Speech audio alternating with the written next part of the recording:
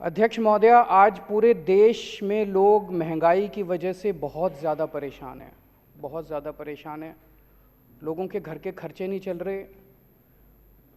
लोगों को कई लोगों को मैं ऐसा जानता हूं जो कि एक टाइम की उन्होंने सब्जी लेनी बंद कर दी, नमक से रोटी खा लेते हैं। कई लोगों ने दूध कम कर दिया। पूरे देश के अंदर आज महंगाई की वजह से बहुत ज़्यादा लोग परेशान हैं। लेकिन जब लोगों से पूछो, कुछ लोगों को ये लगता है, जब लोगों से पूछो कहते हैं जी अपने आप हो रही है महंगाई, अपने आप हो रही है महंगाई। महंगाई अपने आप नहीं हो रही। महंगाई इन लोगों ने कर रखी है। इतना टैक्स लगा दिया पिछले 5-7 साल में, इतना टैक्स लगा दिया, हर चीज में इतना टैक्स लगा दिया इन लोगों ने जिसका कोई अंत नहीं है। इन्होंने दही पे टैक्स लगा दिया। 75 साल में आज तक कभी दही, लस्सी, छाछ, शहद, गेहूं, चावल, इन चीजों पे इन्होंने टैक्स लगा दिया। 75 साल में कभी नहीं लगा था। 75 साल तो छोड़ो, अंग्रेजों ने भी कभी नहीं लगाया था। खाने पीने की चीजों पे तो अंग्रेजों ने भी टैक्स नहीं लगाया था। इन लोगों ने टैक्स लगा दिया। इस वजह से चीजें महंगी हो रही है। इतना इन्होंने टैक्स लगा दिया। अगर आज ये लोग टैक्स कम कर दें ये सारा, तो एकदम से महंगाई देश के अंदर खत्म हो जाएगी। गुजरात के मेरे दोस्त बता रहे थे, और तो छोड़ो, इन्होंने गरबा जो डांस है, गुजरात की जो संस्कृति है, पूरी दुनिया के अंदर गरबा डांस के नाम से गुजरात जाना जाता है। गरबा डांस के ऊपर इन्होंने टैक्स लगा दिया। नवरात्रे के टाइम पे लोग जब देवी की पूजा करते वक्त देवी के सामने गरबा डांस करते हैं, उस पर भी इन्होंने टैक्स लगा दिया। उसको भी नहीं छोड़ा, देवी को भी नहीं छोड़ा, इन लोगों ने गरबा डांस को भी नहीं छोड़ा इन्होंने। तो इतना टैक्स लगा दिया, हर चीज पे टैक्स के रेट बढ़ा दिए, नई नई चीजों पे टैक्स लगाए जा रहे हैं, जो लोगों के खाने पीने की चीजें उस पर टैक्स है। इस वजह से महंगाई हो रही है।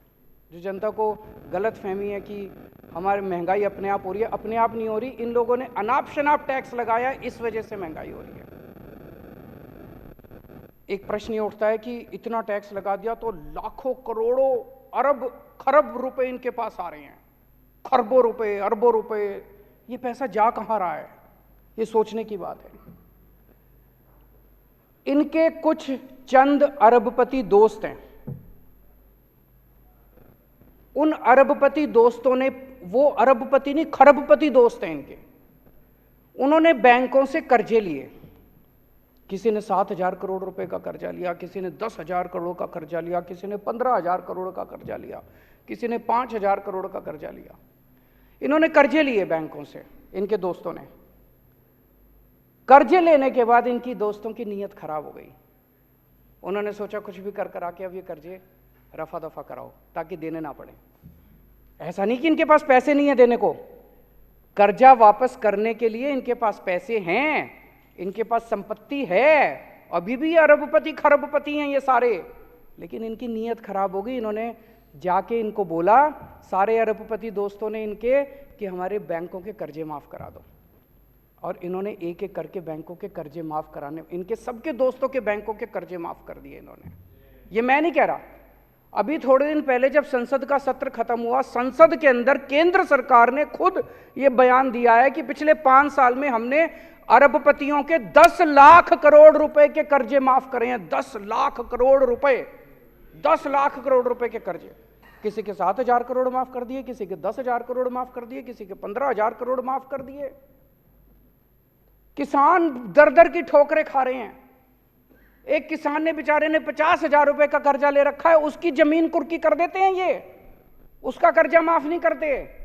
एक बेचारा स्टूडेंट पैसे लेके, कर्जे लेके अपनी डिग्री करता, उसके कर्जे माफ नहीं करते, उसके पिताजी की जमीन कुर्की कर देते हैं। एक बेचारा, किसी ने, मिडिल क्लास का आदमी है, उसने एक गाड़ी खरीद ली कर्जा लेके, अगर वो एक इंस्टॉलमेंट नहीं देता, ये गाड़ी जब्त करने आ जाते हैं।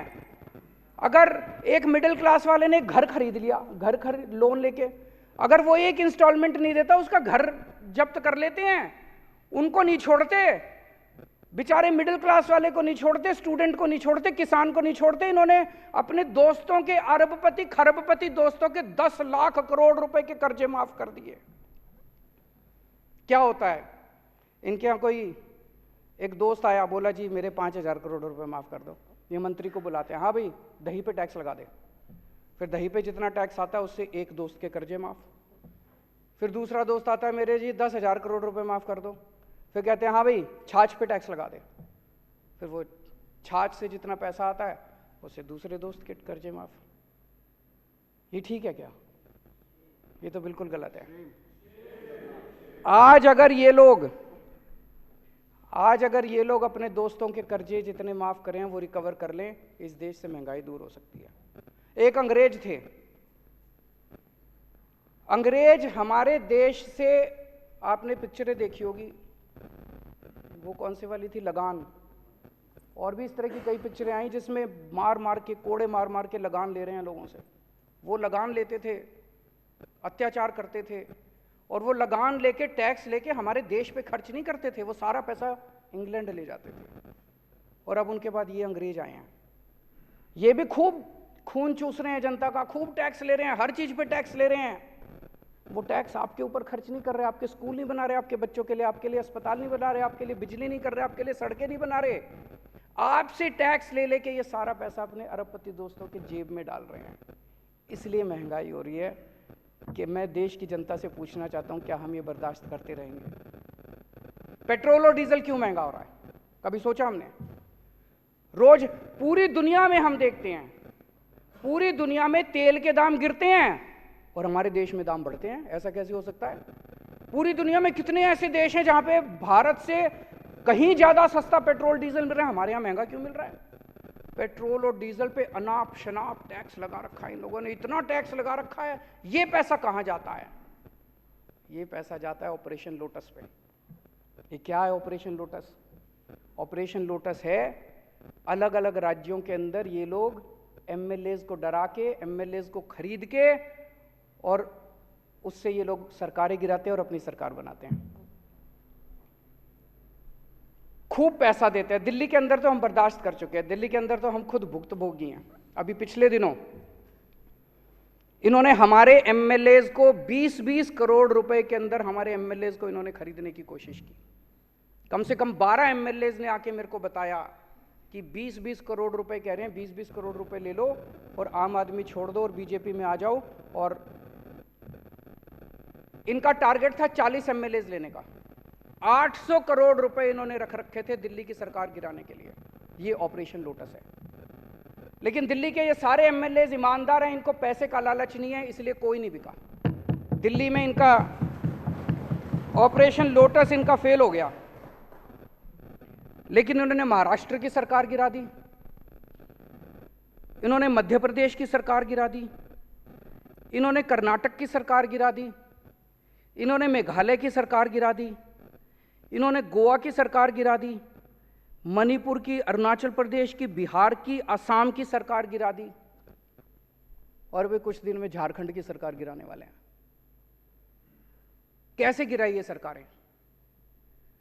हमने सुना है कि कई जगहों पे तो इन्होंने 50-50 करोड़ रुपए दिए हैं एक एक एमएलए को, पर दिल्ली में ये 20-20 करोड़ दे रहे थे। 20 करोड़ ही मान लेते हैं, चलो एक एमएलए को इन्होंने 20-20 करोड़ में खरीदा, तो 277 एमएलए खरीदे हैं इन्होंने अभी तक पिछले 5-7 साल में। 277 एमएलए दूसरी पार्टियों के, 277 एमएलए 20-20 करोड़ रुपए के हिसाब से 5,540 करोड़ रुपए हो गए। और 800 करोड़ रुपए दिल्ली के, तो 6300 करोड़ रुपए, 6300 करोड़ रुपए इन्होंने ऑपरेशन लोटस पे सरकारें गिराने में, एमएलए खरीदने में खर्च किए हैं। इसलिए आपका पेट्रोल और डीजल महंगा हो रहा है। अगली बार जब आपका पेट्रोल और डीजल महंगा हो, समझ जाना किसी देश के अंदर किसी राज्य की सरकार गिरने वाली है। अगर कहीं किसी राज्य की सरकार गिरे तो समझ लेना कि पेट्रोल और डीजल का जो आपका दाम दे के आते हो, भरवाने जाते हो लाइनों में खड़े होकर पैसे, वो सारा पैसा वो एमएलए खरीदने में गया।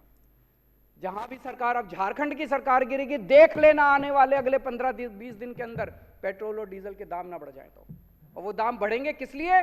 झारखंड के एमएलए खरीदने के लिए, दिल्ली के एमएलए खरीदने के लिए। ये सीधा सीधा लिंक है जो आज लोगों को समझ में आने लगा है। आजादी के 75 साल में मुझे लगता है कि सबसे ज्यादा भ्रष्ट अगर कोई सरकार है तो मौजूदा सरकार है केंद्र के अंदर। इससे ज्यादा भ्रष्ट सरकार आज तक कभी नहीं आई। जिस तरह से ये लोग 10 लाख करोड़ रुपए इनके दोस्त खा गए, 6300 करोड़ रुपए से इन्होंने एमएलए खरीदे और लाल किले पे खड़े होकर कहते हैं मैं भ्रष्टाचार के खिलाफ लड़ रहा हूं। अरे बेवकूफ बना रहे हो इस देश के लोगों को।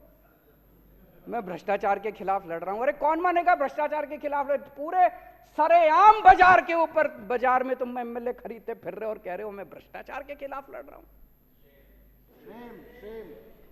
गरीबों की जेब से हाय लगेगी तुमको।